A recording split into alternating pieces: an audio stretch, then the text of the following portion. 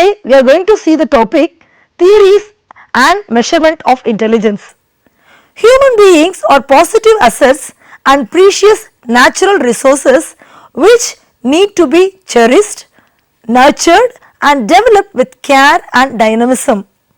Intelligence is one of the most intriguing concepts in psychology, but it is considered as one of the major psychological constructs which affects individual's life. Intelligence involves some different mental abilities including logic, reasoning, problem solving and planning. While the subject of the intelligence is one of the largest and most heavily researched, it is also one of the topics that generate the greatest controversy.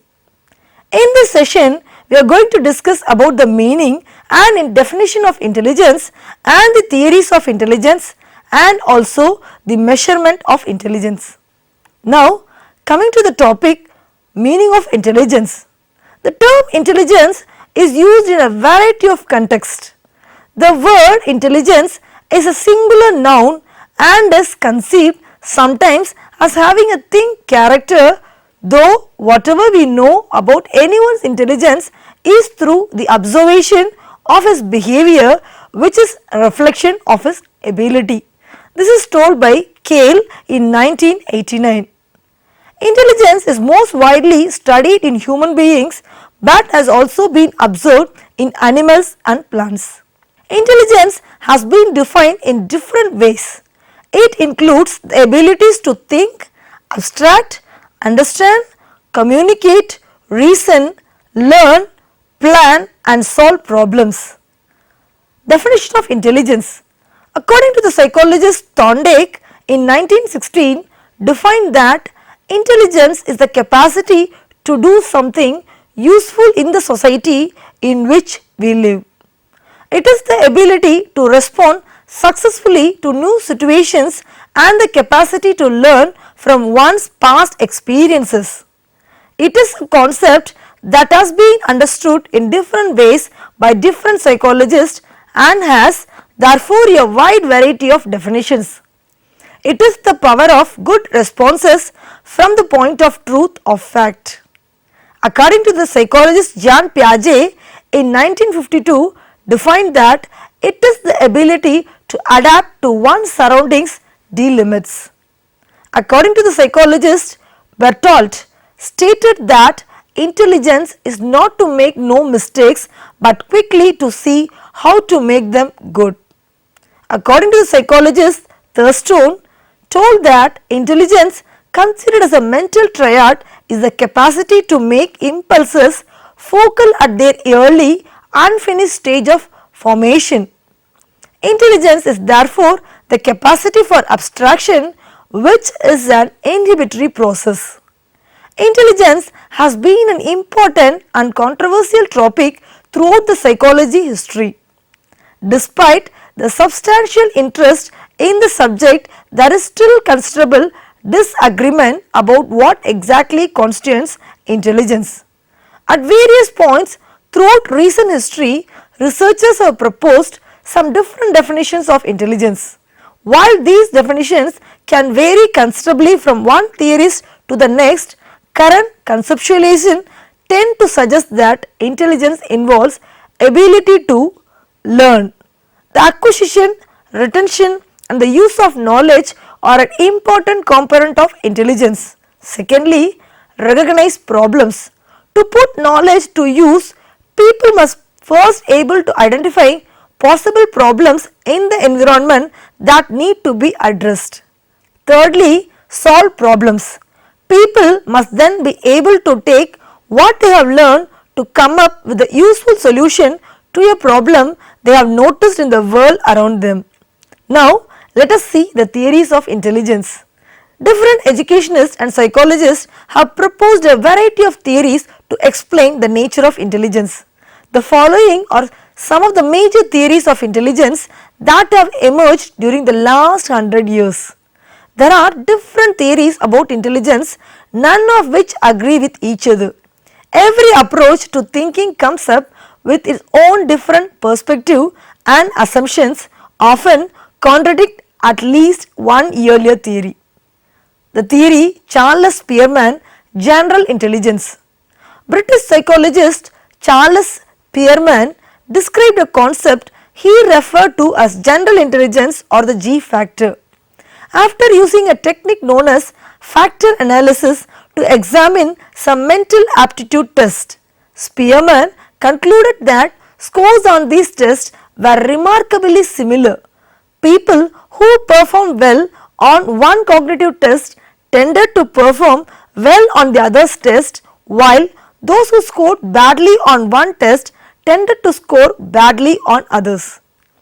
Then he concluded that intelligence is general cognitive ability that could be measured and numerically expressed.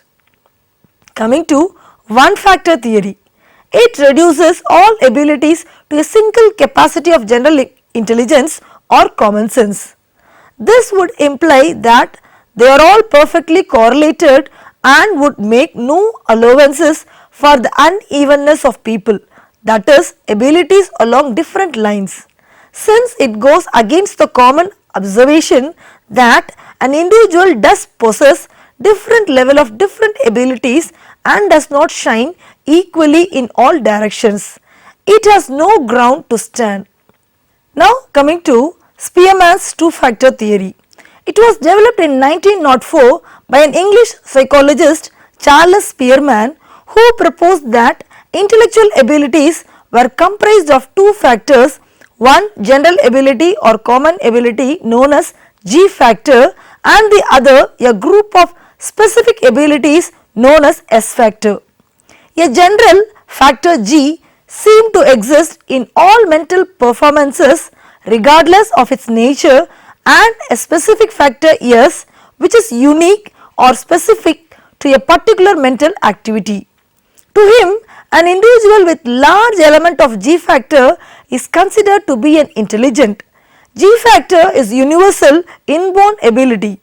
Greater G in an individual leads to greater success in life. S factor is acquired from the environment. It varies from activity to activity in the same individual. According to him, general ability helps a person at every time, but the specific ability is useful in its own particular sphere. Due to more general ability, a person fares better in most situations, but if he had been endowed with good general ability, he would have shown better skill in his specific field as well. Next, Thorndike's multi-factor theory. Thorndike believed that there was nothing like general ability. Each mental activity requires an aggregate of different set of abilities. He distinguished the following four attributes of intelligence. First, level refers to the level of difficulty of a task that can be solved. Second, range refers to a number of tasks at any given degree of difficulty. Third, area. It means the total number of situations at each level to which the individual is able to respond. Next is speed. It is the rapidity with which we can respond to the items. Next is Thurston's theory. Psychologist L. Thurston offered a different theory of intelligence. Instead of viewing intelligence as a single general ability, Thurston's theory focused on 7 different primary mental abilities. Primary mental abilities are also called as group factor theory, states that intelligence activities are not an expression of innumerable highly specific factors as Thorndike claimed, nor is it the expression primarily of a general factor that pervades all mental activities. It is the essence of intelligence as Spearman held. Instead, the analysis of interpretation of Spearman and others led them to the conclusion that certain mental operations have in common a primary factor that gives them psychological and functional unity and that differentiates them from other mental operations. These mental operations then constitute a group. A second group of mental operation has its own unifying primary factor and so on. In other words, There are a number of groups of mental abilities, each of which has its own primary factor, giving the group a functional unity and cohesiveness. Each of these primary factor is said to be relatively independent of the others. First, verbal comprehension, found in tests involving verbal comprehension. Next, reasoning, found in tasks that requires a subject to discover a rule or a principle involved in a series or group of letters. Next, perceptual speed, involving ability to memorize quickly. Next, numerical ability, it is an ability to do numerical calculations rapidly and accurately. Coming to word fluency, it involved whenever the subject is asked to think of isolated words at a rapid rate. Next, associative memory and spatial visualization.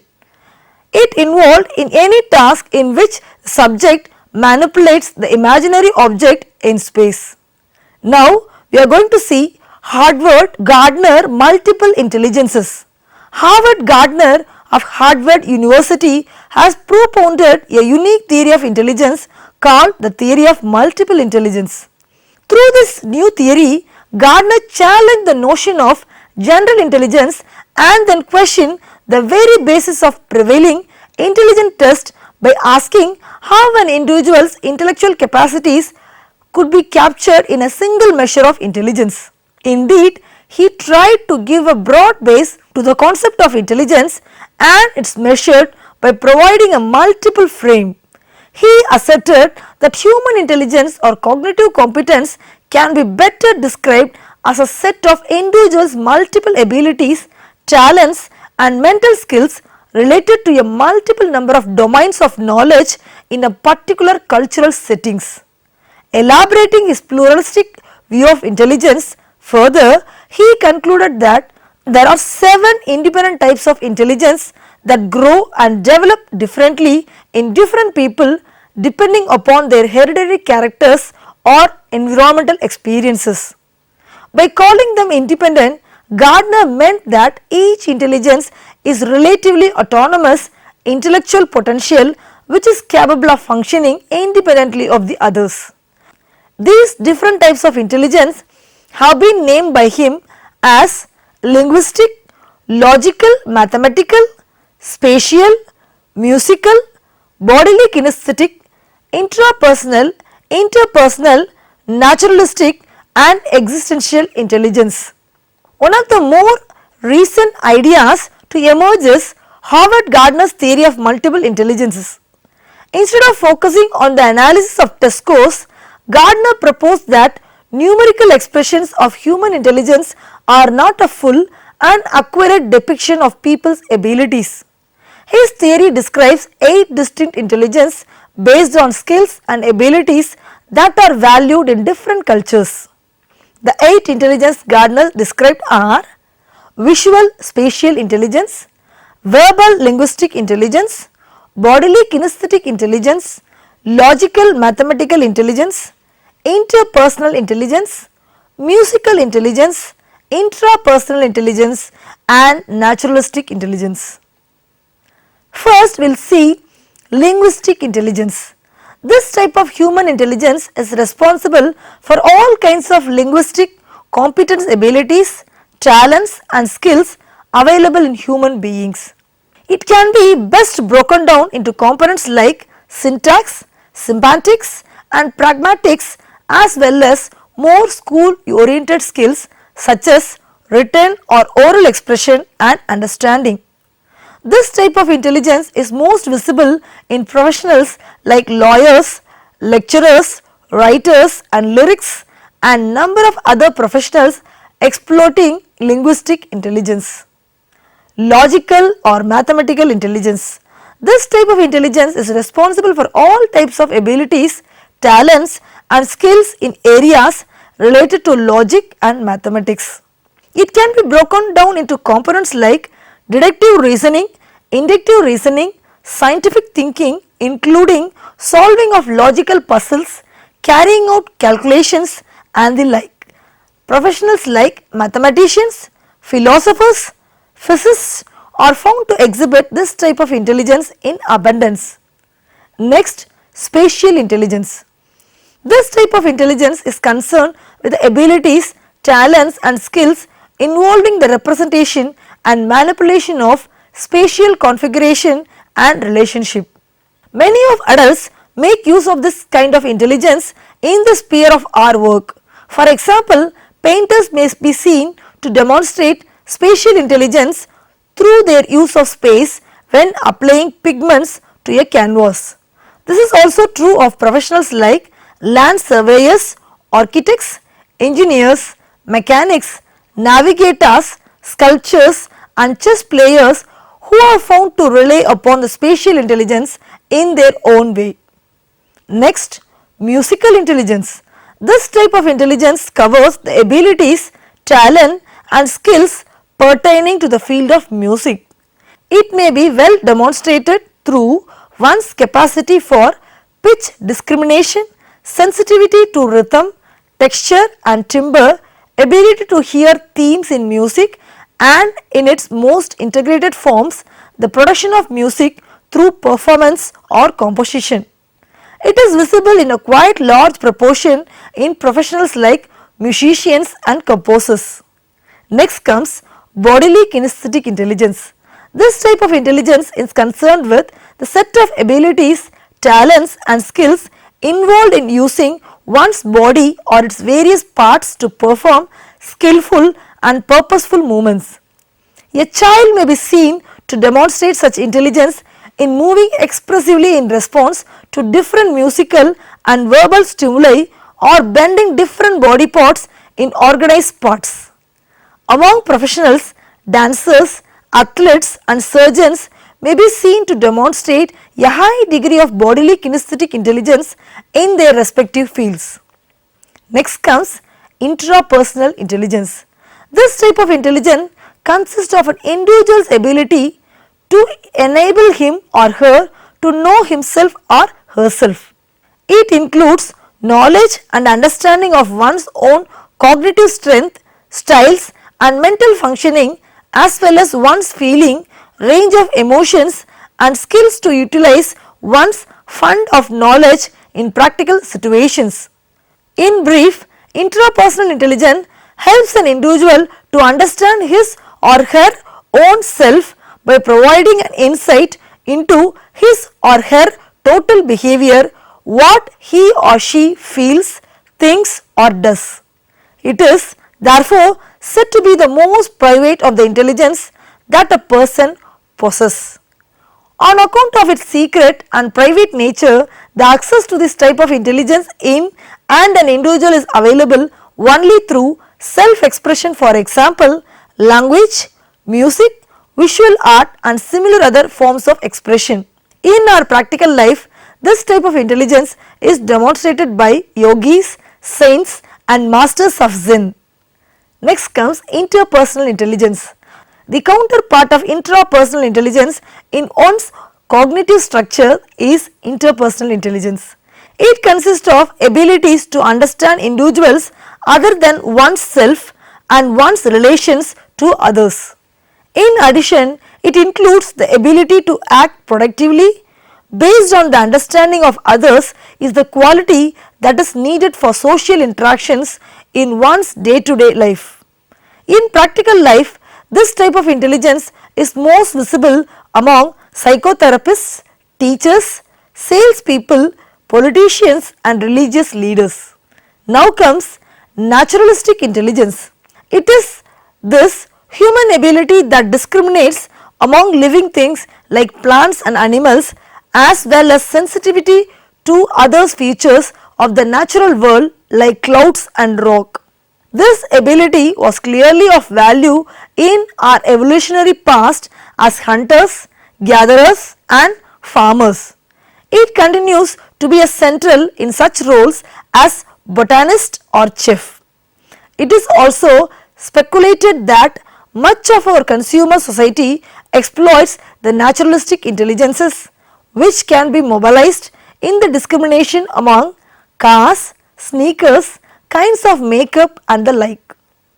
Next comes Robert Sternberg triarchy theory of intelligence.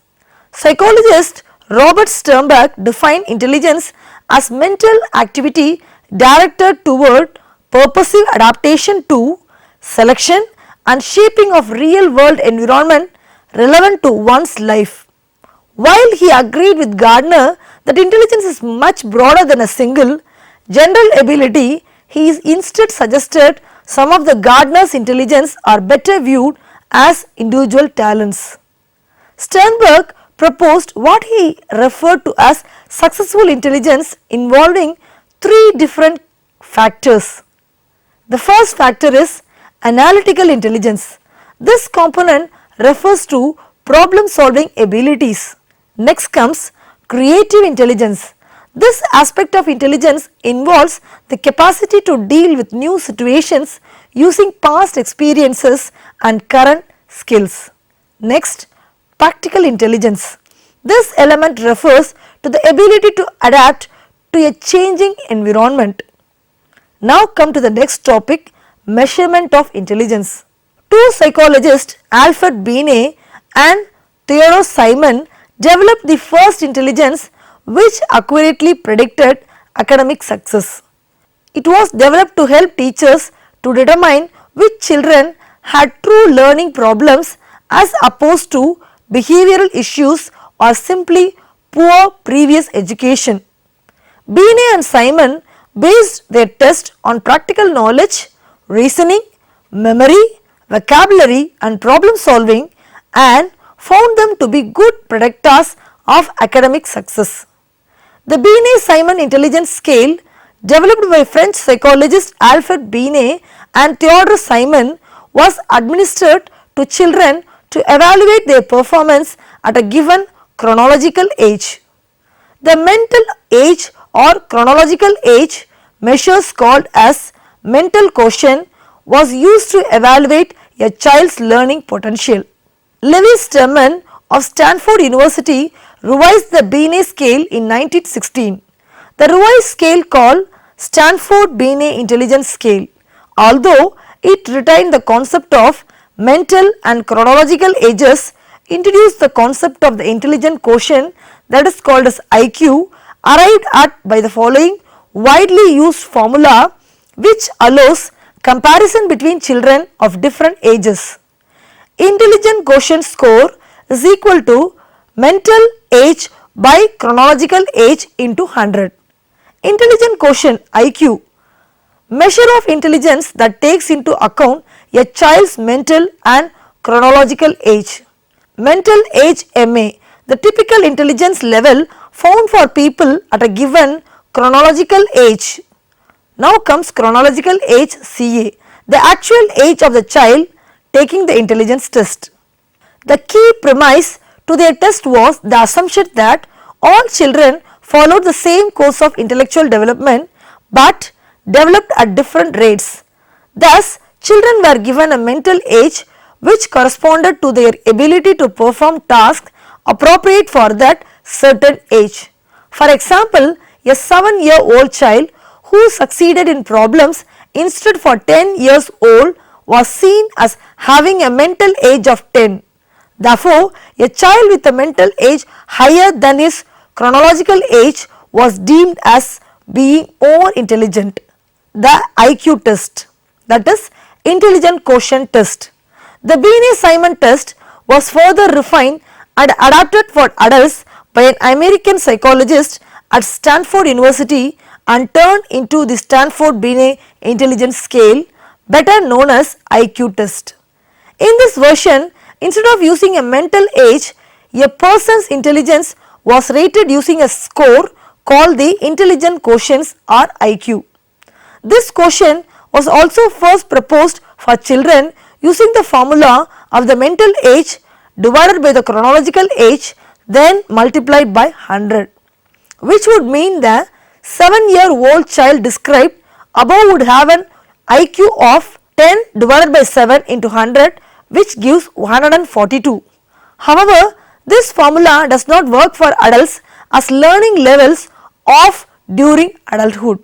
Therefore, a slightly different method was devised for adults where each person's IQ score actually represents how far he or she deviates from standard norm or average within the population.